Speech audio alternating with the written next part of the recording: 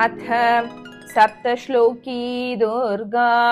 शिव उवाच देवी त्वं भक्तसुलभे सर्वकार्यविधायिनी कलौ हि कार्यसिद्ध्यर्थम् उपायं ब्रूहि यत्नतः।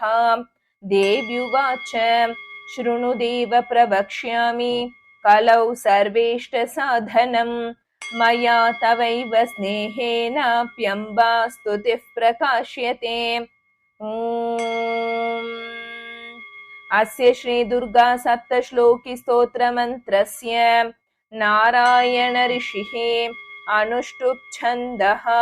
श्रीमहाकाली महालक्ष्मी महासरस्वत्यो देवताः श्रीदुर्गा प्रीत्यर्थं सप्तश्लोकी दुर्गा पाठे विनियोगः। ज्ञानिनामपि चेतांसि देवी भगवती हि सा बलादाकृष्य मोहाय महामाया प्रयच्छति। दुर्गे स्मृता हरसि भीतिमशेषजन्तोः स्वस्थैः स्मृता मतिमतीव शुभां ददासि। दारिद्र्यदुःखभयहारिणि का त्वदन्या सर्वोपकारकरणाय सदार्द्रचित्ता। सर्वमङ्गलमाङ्गल्ये शिवे सर्वार्थसाधिके शरण्ये त्र्यम्बके गौरी नारायणी नमोऽस्तुते।